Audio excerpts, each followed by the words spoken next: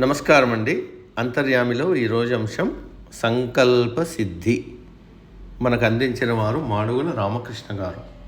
వినిపిస్తున్నది మీ విజయభాస్కర్. కార్యారంభంలో చాలామందికి ఉదయించే ప్రశ్న, చేపట్టే పని సఫలమవుతుందా లేక కార్యభంగం జరిగి సమస్యలు ఎదురై అపకీర్తి పాలవుతామా అని.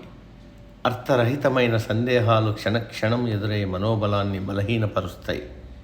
కార్యనిర్వహణ పట్ల అవగాహన లేమి, స్వశక్తిపై అపనమ్మకమే దీనికి కారణం. సంకల్పం బలంగా నిలిస్తే ఎలాంటి సందేహాలనైనా తరిమి కొట్టవచ్చు. భయము, పిరికితనము ఎంతటి బలవంతుడునైనా భీరువుగా మారుస్తాయి. అసాధారణ వ్యక్తి సైతం అతి సామాన్యుడిగా ప్రవర్తిస్తాడు. స్వశక్తిని మరచి బెంబేలు పడతాడు. అలాంటి తరుణంలో వెన్నుతట్టి నడిపించే అండ కావాలి. నేనున్నాననే తోడు లభించాలి. రణరంగంలో అశక్తుడైన అర్జునుడికి మార్గం చూపించిన పరమాత్మ అలాంటి అండ. కార్య సాధనకు బలమైన పునాది అచంచల విశ్వాసం.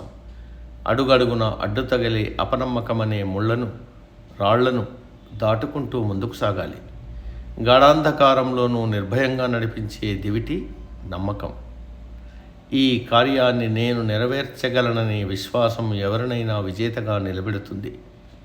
ఆత్మవిశ్వాసం తోడుగా తిరుగులేని సంకల్పం నీడగా ముందుకు సాగితే కఠినమైన యాత్ర సైతం కడు సులభంగా సాగి గమ్యాన్ని చేరుస్తుంది. నమ్మకానికి ఏకాగ్రత మంచి మిత్రుడు. స్వాగతం పలకాలి. నెరవేరే కార్యానికి ఓర్పు, నేర్పు, సంయమనం ఆత్మబంధువులు. దరిచేర్చుకోవాలి. స్థిరచిత్తానికి, సహనానికి పరమశత్రువు తొందరపాటు. దాన్ని దూరం తరిమెయ్యాలి. కాదని జతకడితే విజయం అందనంత దూరంలో కనిపించే ఎండమావే అవుతుంది. సంకల్ప రథాన్ని అధిరోహించి నిర్దేశిత లక్ష్యంతో సూటిగా పయనిస్తే జటిలమైన కార్యము జరిగి తీరుతుంది. రామరావణ యుద్ధంలో వానర సేనపై విజృంభిస్తున్న ఇంద్రజిత్తును చూసి కోపావేశంతో రగిలిపోయాడు లక్ష్మణుడు. అతడి సంకల్పం ఒక్కటే, శత్రువును ఎలాగైనా జయించాలి. అందుకు బ్రహ్మాస్త్ర ప్రయోగమే సరైందని భావించి రాముడికి చెప్పాడు. శత్రువును నిర్జించాలన్న సంకల్పం అమోఘం. పూర్ణ విశ్వాసంతో గడ్డి పరకను ప్రయోగించిన అది బ్రహ్మాస్త్రమే అవుతుంది. ఆలోచించు అన్నాడు. రామ సేవకుడైన లక్ష్మణుడు అన్నను ప్రార్థించి ఒక సాధారణ అస్త్రాన్ని ప్రయోగించాడు. అదే బ్రహ్మాస్త్రంలా ఇంద్రజిత్తు ప్రాణాలను హరించింది. రామానుజుడి విశ్వాసమే అతన్ని విజేతను చేసింది. సంకల్పం గొప్పదైతే గడ్డి పరక కూడా గడ్డ పారవుతుంది. బలహీనుడు కూడా బండరాయిని పెకిలించి విసిరి పారేస్తాడు. అసాధ్యమనే మాటకు అర్థం ఉండదు. సంకల్ప బలంతో ఆకాశం అంచుల్ని, సముద్రపు లోతుల్ని కొలవవచ్చు. ప్రయత్నించాలి, పట్టుబట్టాలి, చివరికి సాధించాలి. అనుకోని రీతిలో పరాజయాలు ఎదురైనా బెదరక అవి తాత్కాలికమని భావించి మళ్ళీ ప్రయత్నించాలి. కార్య సాధకుడికి ఆశ ఆరో ప్రాణం. గమ్యాన్ని చేర్చగలిగే ప్రాణవాయువు. భవిష్యత్తుకు బంగారు బాటలు పరిచే ఆశ కొత్త ఊపిరులు ఇస్తుంది.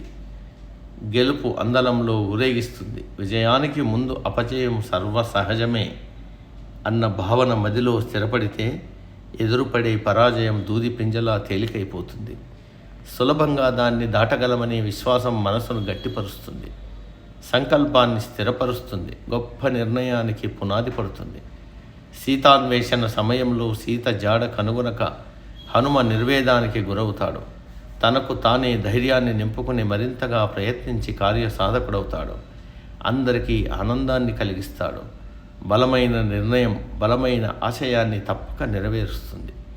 ప్రతికూలతలను కూడా అనుకూలంగా మలచుకునే వారికి, దుఃఖపడక సానుకూల దృక్పథంతో దూసుకుపోయే వారికి విజయం చేతికందే తీయని పండు అని సుందరకాండ మహోత్కృష్ట సందేశాన్ని మనకు అందించింది.